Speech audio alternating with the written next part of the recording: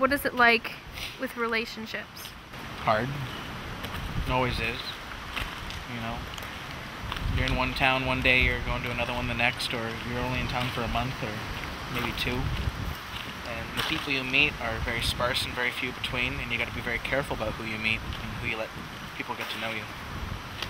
You know, it's more importantly, you know, how many positive people are going to make a great impact in my life. And sometimes they say, "Oh, you're leaving town. Why would I want to get to know you?" Or, "Hey, you're leaving town. You might as well make the best of it anyway, right?" And, you know, I've met some amazing people in my life, and I have a lot of great influences. And I wouldn't take any one of them back, to tell you the truth. You know, we've all made mistakes in our lives, and my biggest mistake is I keep running away, keep leaving, keep traveling, keep moving. I always want that excuse to stay. I always want that reason to be someone for someone. But the fact that a lot of people want to know me and get to know me, but they don't really get to know the real me. You know? They like the idea of me. I can go out and entertain crowds of hundreds of people. Helps me forget about all those problems. Helps me forget about all the loneliness. If I can make someone else's life better, you know, I won't have to focus on mine just yet.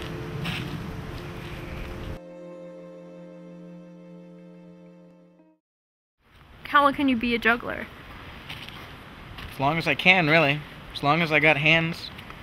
As long as I got the ability to move and speak and talk, and maybe not even, I probably wouldn't even have to talk to juggle, you know.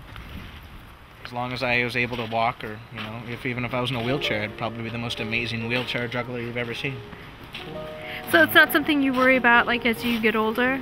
No, if anything, you know, just as any, you know, circus performer would do, would probably get into the art of instruction afterwards. You know, there's a lot of great circus performers out there that don't perform anymore, but they teach the next generation of jugglers. If you could explain it to people who, you know, live in the suburbs their whole lives, and they have no taste of what what your life is like. Well, a lot of people grow up in the same town. They like to have their stability. They like to have, you know, assurance, knowing that they have a place to go home to, a roof above their head. Of course, you know, whether it's their roof or someone else's, or they're renting it from someone else, they feel like they have to get into this drive where they have to, you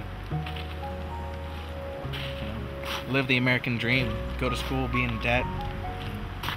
You know, they don't pursue everything that they can pursue. You know, I'm pursuing what makes me feel free, because I've always wanted to travel. I've always wanted to see the world. And, you know, moreover, I always wanted to make people laugh.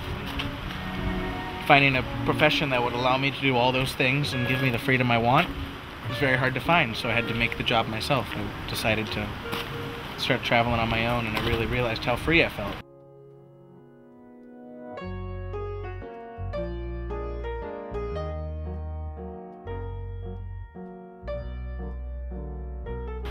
I started asking people wherever I went. You know, they'd ask me all the questions: where are you from? What are you doing here? How'd you get into this job?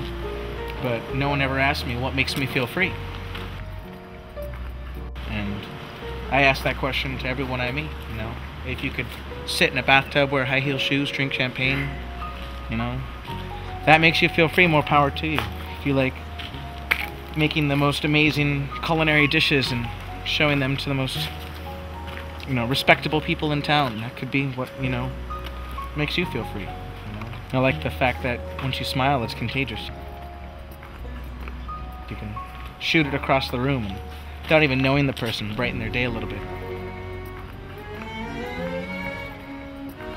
Just by offering them a little more, you know, special attention in their life that no one would have given them.